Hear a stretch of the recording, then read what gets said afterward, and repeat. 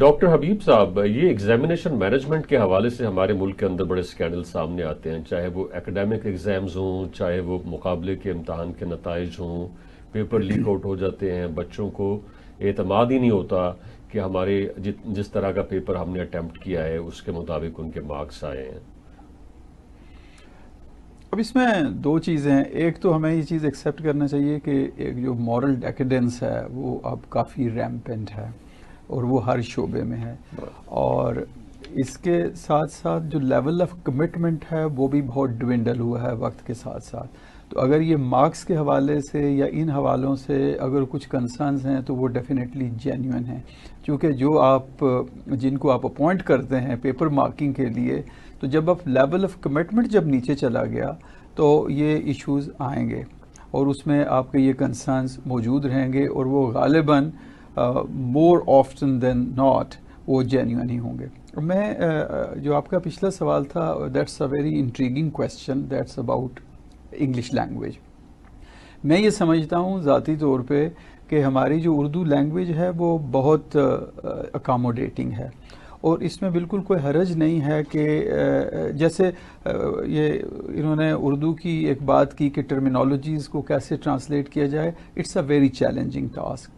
اب میں آپ کو وہ جوکنگلی ایک چیز بتا دوں کہ کہیں پہ کسی زمانے میں جب یہ ایفرٹ ہو رہی تھی اور وہ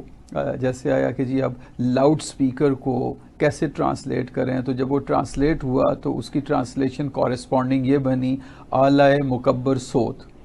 تو اب اب اس طرح کی یو کی not come up with this kind of translation, اور اب وہ آئے گی تو اس کی ایک وائڈر ایکسیپٹنس نہیں ہوگی۔ اور اس کے ساتھ ساتھ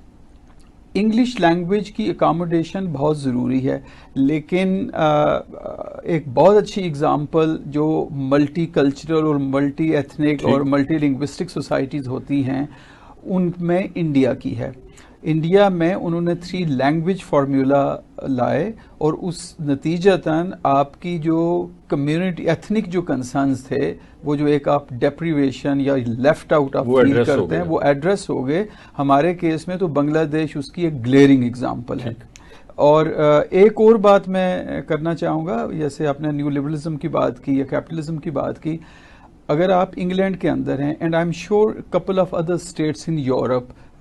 جو ویلفیئر اسٹیٹس کے نام سے جانی جاتی ہیں، میٹرک تک کی جو ایجوکیشن ہے، which means like O levels کی، او لیولز تک ایجوکیشن 100% سرکاری ہے، یعنی اس میں یہ نہیں کہہ رہا کہ کوئی پرائیویٹ سیکٹر ایگزسٹ نہیں کرتا، لیکن وہ کوئی سپر ایلیٹ کے لیے ہوگا۔ آپ کے 95% لوگ گورنمنٹ سے جو پبلک اسکول ہیں ان میں جاتے ہیں۔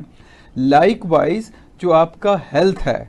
وہ بھی مکمل طور پہ گورنمنٹ کے پاس ہے۔ تو یہ 2 انتہائی اہم شعبے ہیں۔ جیسے انگلینڈ کے اندر، میرا انگلینڈ کا پرسنل ایکسپیرینس بھی ہے because my P H D is from England, تو وہ ہائیلی ریگولیٹڈ پروفیشنز ہیں، یہ ہو گئے، اسی طرح وکلاء حضرات کا ہو گیا۔ تو میرے خیال میں اس حوالے سے بہت کام کرنے کی ضرورت ہے، اور اس کے حوالے سے گورنمنٹ کو یقینی طور پہ اپنا رول پلے کرنے کی ضرورت ہے، ورنہ ہم بہت ہی گہری کھائی کے اندر مزید لڑکتے چلے جائیں۔